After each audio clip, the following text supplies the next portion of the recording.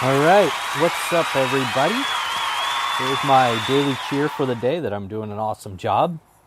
All right, so today I want to talk a little bit about 5 items to source. Okay, so the items that you're going to look for if either, you've been doing this a while or if you are brand new to it, things to look for to sell online. So it's easier and harder than you always think it is. And I'm actually going to tag a YouTube video that's going to be posted probably today or tomorrow about how to check prices, because that's another very important element of all this. But I will talk about 5 items that I source that I know make money and sell quickly. So the first thing is going to be 80s toys, okay? 70s, 80s, even early 90s stuff is now turning into vintage. That means that the guys that grew up with this are now, or, gals obviously, are now in their 30s, 40s, possibly even 50s. They've got some money and they're looking at the toys and going, hey, I want to buy that. So whether you can find Transformers, He-Man, Disney stuff, you name it, it's probably worth some money, especially if you can get it at a good price, and then do your research and purchase that stuff. Those are guaranteed, well, obviously not guaranteed, but will most likely sell for some good money. So definitely, keep your eyes out at that, at yard sales, thrift stores, or even if you just have it lying around the house and you don't even play with it anymore. People are looking for this stuff. All right, so there's that. The other one is printer cartridges. Printer cartridges are pretty valuable because they are expensive just to buy brand new. So a lot of people are looking at older packaging, for you to find at thrift stores to sell to you. Sometimes they don't sell certain cartridges anymore. So instead of, people getting rid of a printer, buying a brand new one because the printer is kind of a little bit expensive, they're going to go try to find the older cartridges online, and they'll buy them from you. And typically the older ones you can actually get at cheaper prices. It's not, again, not always guaranteed, but, do your research before you buy them. Next one is going to be video game controllers, okay? So here's the big thing. Depending on the system, some of them are worth some good money, okay? Especially if you can get them at a good price, they can definitely worth some good money. But some of them, you're going to be surprised, not worth very much. Even like the Nintendo one, the original Nintendo NES system, not really worth that much money. I mean, if you get it for like $1 or something, or 50 cents, hey, I would probably say go for it. But not always worth it. It's a little weird. And also, of course, brand new controllers. You can find brand new controllers to, like, at this time it's 2019, like an Xbox One or a PlayStation, whatever it is now, 17.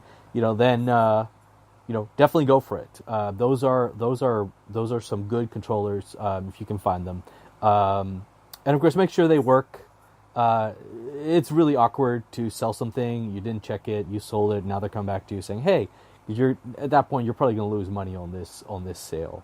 Again, sometimes they do break in the mail too. That has happened to me once on a controller where I don't know exactly how it broke. It broke in the mail. So anyways, the next one is going to be books. Now, here's the crazy thing. Part of the reason why I got into this was because of somebody who sells a lot of books. Listen to him a lot.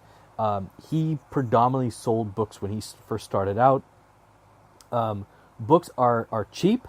They are an easy way to get into it, and you can sell them for good money. But again, it requires research and also where you sell them. Now, I've had some luck selling things on eBay, especially some first edition books from say like Stephen King or I'm trying to think of the other person, and I just lost it.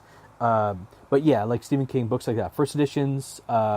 They may sell well on eBay. Otherwise, just post that stuff on Amazon and just let them sit. Now, I could talk about FBA, which is fulfilled by Amazon. I can talk about that at a different time. But they can make you some good money, and it's a cheap investment. You go to yard sales, you always see books. So scan those ISBN codes and make sure that that you can sell them for some good money.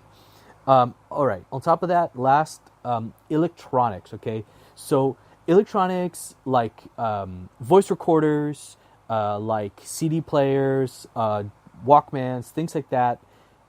A lot of times they're not making a lot of these things anymore, like Walkmans, like the older Walkman, the yellow one, the Sony one. I mean, that thing is worth quite a bit of money if you can find them.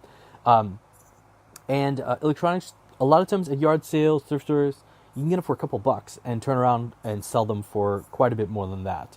Again, do your research, people. That I can't emphasize that enough. But and electronics are definitely a worthwhile investment. Hey, worst case scenario, sometimes you might wind up using this stuff yourself. So, anyways, I'll just leave you guys with that. But those are sort of the 5 things that I look for. And if you're new to this, or even if you've been in this a while, these are the kinds of things that I could recommend that you work on. Now, I will talk about clothes. I do buy clothes, but I will talk about what kind of clothes in another episode. And I'll leave you guys with that. All right, hey, if you like this, please subscribe. You can find me here on Spreaker, but I am looking to branch out to Spotify and to other podcast platforms. All right, talk to you later.